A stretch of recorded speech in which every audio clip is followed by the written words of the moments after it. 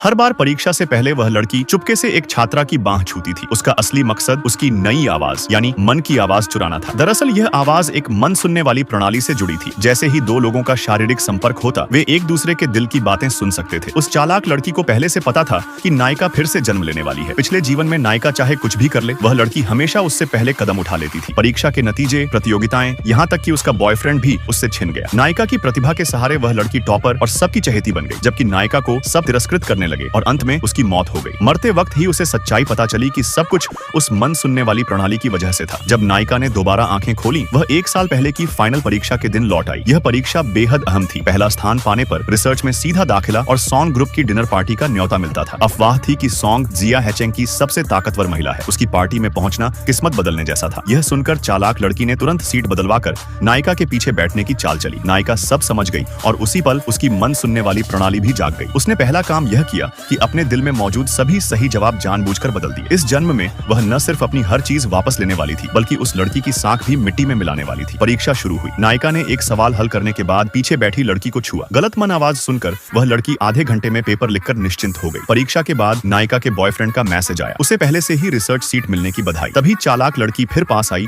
और उकसाने लगी। रूममेट्स ने मजाक उड़ाया कि नायिका का बॉयफ्रेंड दिखाने लायक नहीं होगा। नायिका के मन में आया कि उसका बॉयफ्रेंड सॉन्ग ग्रुप का उत्तराधिकारी है, लेकिन यह बात भी उस लड़की ने मन सुनने की प्रणाली से सुन ली और उसी के सहारे उसने बॉयफ्रेंड तक छीन लिया। यह याद आते ही नायिका ने सिस्टम को आदेश दिया, मन की आवाज बदल दो। इसके बाद नायिका सीधे टीचर के पास गई और अपना प्रतियोगिता प्रोजेक्ट दिखाया। टीचर ने तारीफ की और कहा कि इस प्रोजेक्ट से उसकी रिसर्च सीट पक्की है। दरवाजे के पीछे छिपी चालाक लड़की ने यह भी सुन लिया। उसने माफी का नाटक कर दोस्ती की और प्रोजेक्ट चुराने लगी। नायिका ने जानबूझकर उसे मौका दिया। अगले दिनों में वह लड़की रोज किसी न किसी बहाने नायिका को छूती रही और नायिका की बदली हुई मन आवाज के सहारे कोड लिखती रही। सब उसे जीनियस कहने लगे और चैंपियन मान बैठे। प्रतियोगिता के दिन नायिका जानबूझकर देर से पहुंची। चालाक लड़की घबरा गई क्योंकि वह पहली प्रस्तुति देने वाली थी। मंच पर जाकर उसने धारा प्रवाह बोलना शुरू किया, लेकिन ज्यूरी चेयर ने कड़े सवाल पूछे और उससे बुनियादी कोड लिखने को कहा। असलियत सामने आने लगी। नायिका ने प्रमाण दिए कि योजना उसकी थी और चोरी हुई है। आखिरकार सच्चाई उजागर हो गई। चालाक लड़की नकलची साबित हुई, उसे अयोग्य घोषित कर दिया गया और उसके सारे मौके छिन गए। नतीजों वाले दिन सबको यकीन था कि वही जीतेगी, मगर परिणाम आया तो पहला स्थान नायिका का था। इस बार नायिका ने न सिर्फ अपनी जगह वापस पाई, बल्कि उस लड़की का घमंड और नकाब भी हमेशा के लिए टूट गया।